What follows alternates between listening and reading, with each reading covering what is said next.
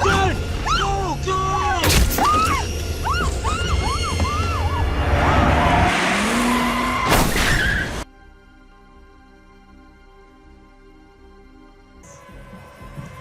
Together,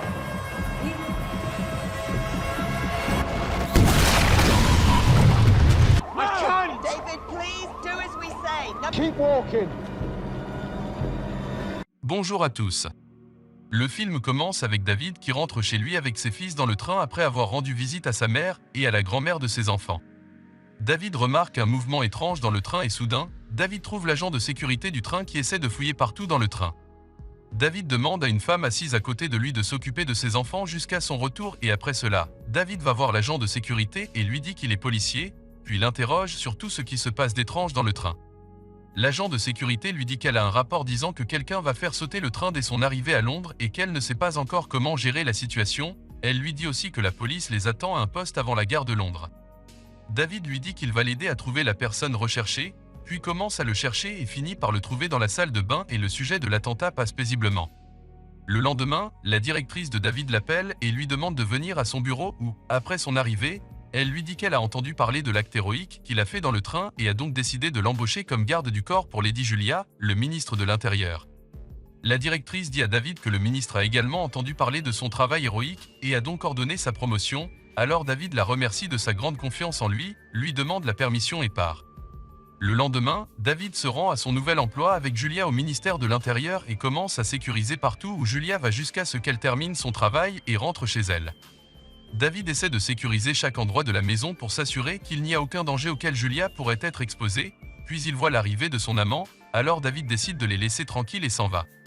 David rentre chez lui et essaie de parler à sa femme Vicky, mais elle refuse de lui parler et il s'avère qu'il y a de gros problèmes et des désaccords entre eux et qu'ils ne vivent donc pas ensemble dans la même maison. Le lendemain, David va avec Julia à une interview télévisée et là, du café tombe sur la chemise de Julia et David essaie de lui donner sa chemise, puis elle vient à l'interview télévisée. David est surpris par les paroles de Julia, car elle sous-estime le danger des opérations terroristes au Moyen-Orient, et cela agace beaucoup David car il sait combien de personnes meurent à cause d'opérations terroristes parce qu'il était un élément des forces de maintien de la paix au Moyen-Orient, et un jour il s'est heurté à une cellule terroriste et a subi des blessures importantes dans son corps. Le lendemain, David se rend chez sa femme Vicky, remarque 2 verres d'un verre sur la table et demande ensuite à Vicky s'il y a quelqu'un d'autre avec elle. Vicky lui dit qu'elle a rencontré quelqu'un d'autre et qu'ils sont devenus fans l'un de l'autre et ont donc décidé d'avoir une liaison avec lui. David est surpris par ses actions et sa trahison envers lui, et Vicky lui dit qu'ils sont maintenant séparés l'un de l'autre et qu'elle a le droit de faire ce qu'elle veut et lui demande de ne pas interférer dans sa vie et David est ennuyé par ses paroles puis quitte la maison. Le lendemain, David reçoit un appel de Vicky qui lui dit qu'elle a reçu des messages menaçants qui lui sont adressés et lui dit qu'elle a très peur et ne veut pas emmener ses enfants à l'école.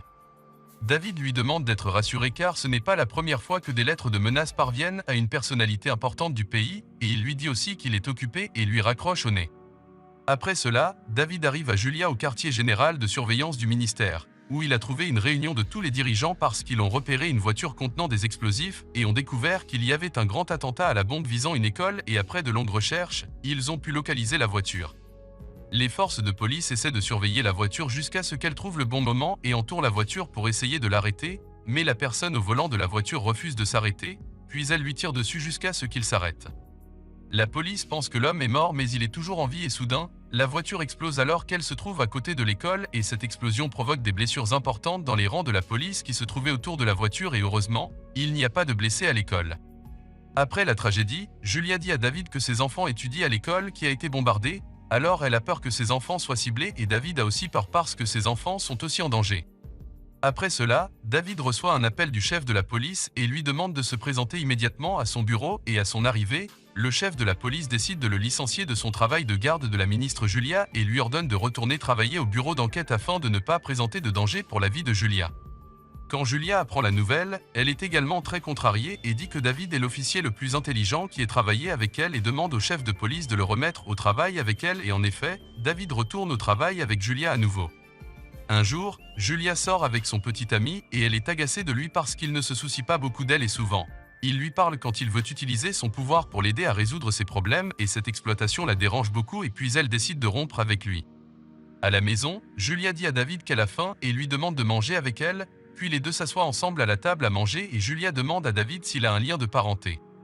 David lui dit qu'il a rompu avec sa femme il y a quelque temps. Julia lui dit qu'elle a également décidé de rompre avec son amant parce qu'elle est incapable de continuer sa vie avec lui et estime que son ex-amant était avec elle simplement parce qu'elle est ministre de l'Intérieur, et David lui dit que sa décision était très sage car il ne faisait pas confiance à son amant. Le lendemain, nous voyons David et Julia dans la voiture en route pour le ministère, mais ils sont surpris lorsque le conducteur de la voiture reçoit une balle dans la tête et David essaie d'arrêter la voiture rapidement et demande à Julia de se cacher sous la chaise de la voiture. Après cela, David retourne rapidement la voiture après avoir localisé où la balle a été tirée, puis a garé la voiture sous le bâtiment à partir duquel la personne a tiré la balle. David monte rapidement sur le toit de l'immeuble et s'étonne que la personne qui a tiré soit son ancien collègue des forces de maintien de la paix, à qui la police a donné une retraite anticipée en raison des blessures qu'il a subies au visage alors qu'il résistait à une opération terroriste et voulait se venger des membres du ministère pour ce qu'il a subi. David est surpris par l'homme qui se tire une balle dans une tentative de suicide afin d'échapper à l'injustice de la police, comme il le dit. Pendant ce temps, la ministre Julia a été sécurisée et emmenée dans un hôtel très surveillé. Puis David va la voir et essaie de la surveiller et est surpris qu'elle le serre dans ses bras et lui dise qu'elle a besoin de lui pendant cette période parce qu'il est la personne la plus en sécurité avec qui elle se sent en sécurité, et après cela, Julia et David se rapprochent très vite l'un de l'autre. Un jour, David reçoit un appel du chef de la police lui demandant de la rencontrer, puis il est surpris qu'elle veuille garder un œil sur Julia et apprendre à connaître les personnes à qui elle parle lors de rendez-vous occasionnels parce qu'elle soupçonne Julia de planifier quelque chose d'illégal. David est surpris et ne croit pas que cela puisse arriver avec Julia, mais il décide d'exécuter les ordres. David commence à observer Julia et écoute tous ses appels et remarque en fait qu'il y a des mots incompréhensibles et il est incapable de déterminer le sens de ces mots car ils contiennent un certain code entre Julia et la personne à qui elle parle.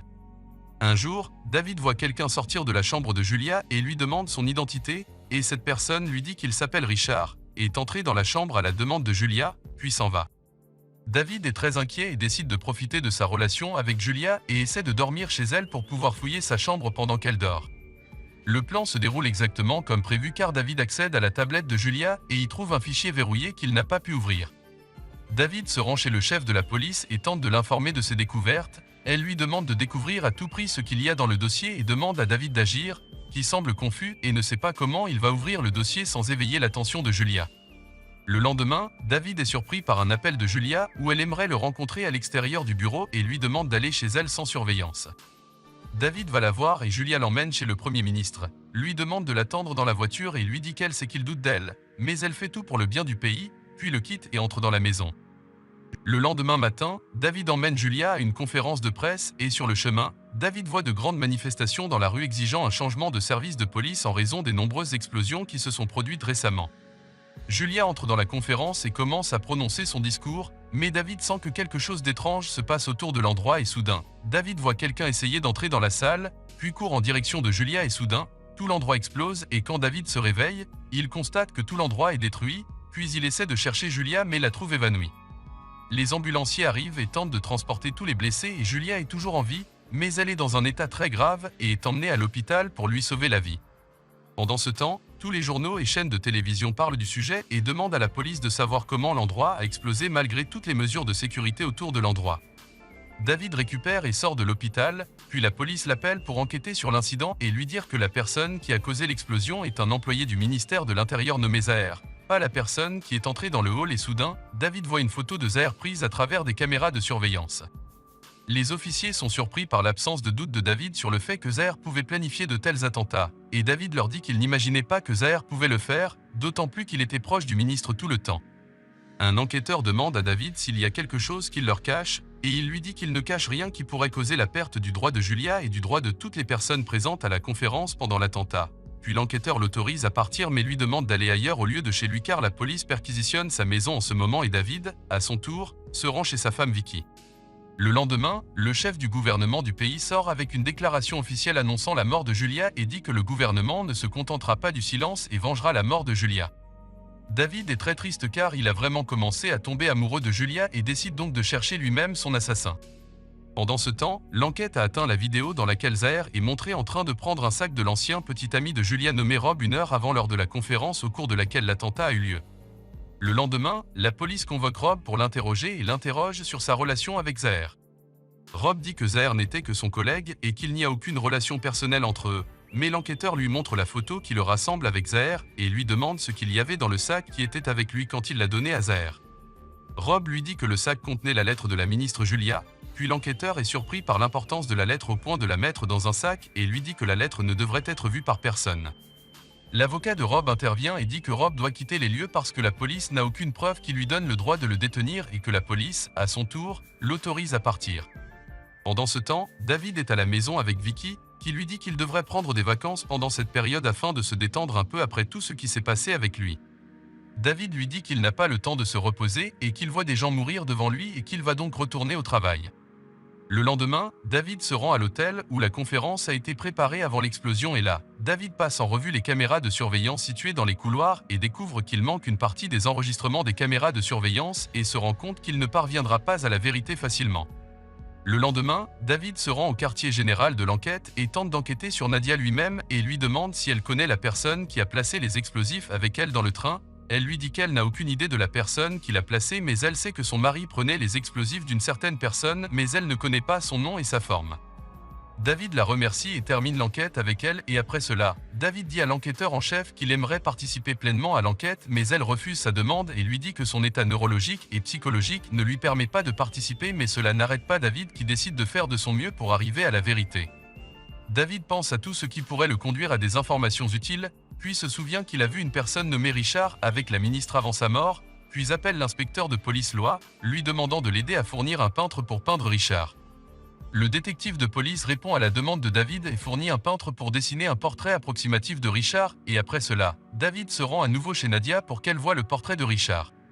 Nadia leur dit qu'elle a vu Richard avec son mari avant l'accident. Puis David s'assure qu'il va dans le bon sens, mais il est surpris que Lois lui dise qu'ils ont trouvé le sac qui était avec Zahir et n'est pas la cause de l'explosion.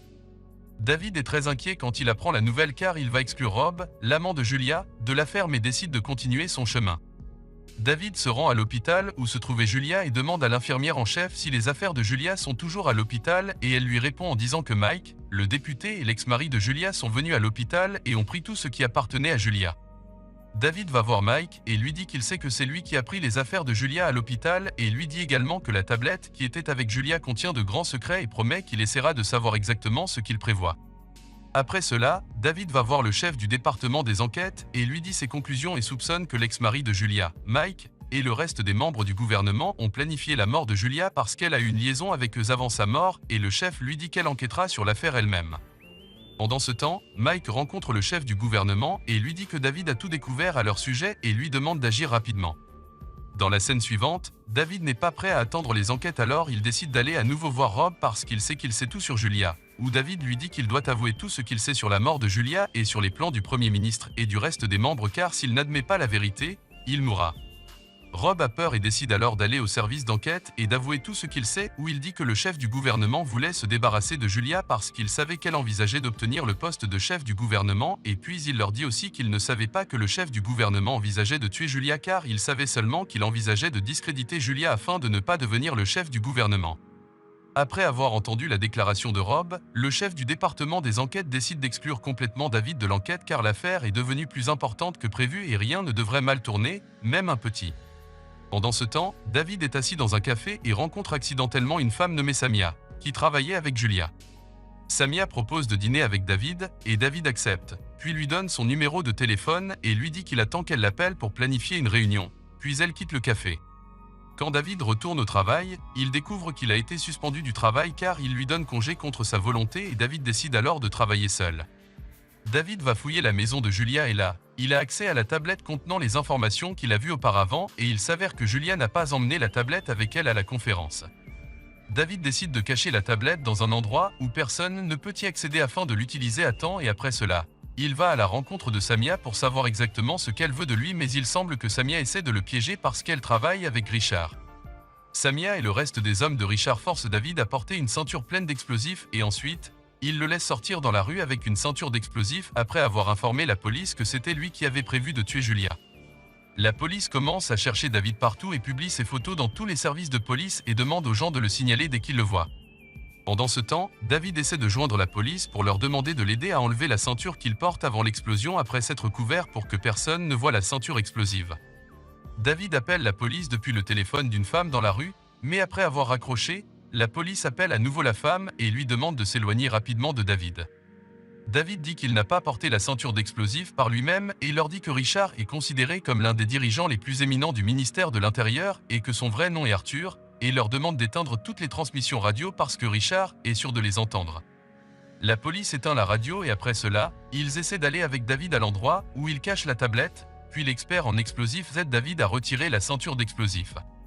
Soudain, David s'échappe rapidement pour arrêter Richard lui-même, mais la police est devant lui et ils arrêtent Richard et le Premier ministre. En fin de compte, il s'avère que la tablette de Julia contient des détails liés à d'importantes affaires de corruption d'un grand nombre de ministres qui ont été arrêtés par la police afin d'être traduits en justice et ainsi, la police a pu venger la mort de Julia après s'être assurée qu'elle tentait de remporter un siège présidentiel au ministère afin de se débarrasser de toutes les personnes corrompues du gouvernement. À la fin du film, la police acquitte David de toutes les accusations portées contre lui et David retourne au travail et à sa vie normale. Mais il n'a pas pu oublier Julia, car il l'aimait vraiment.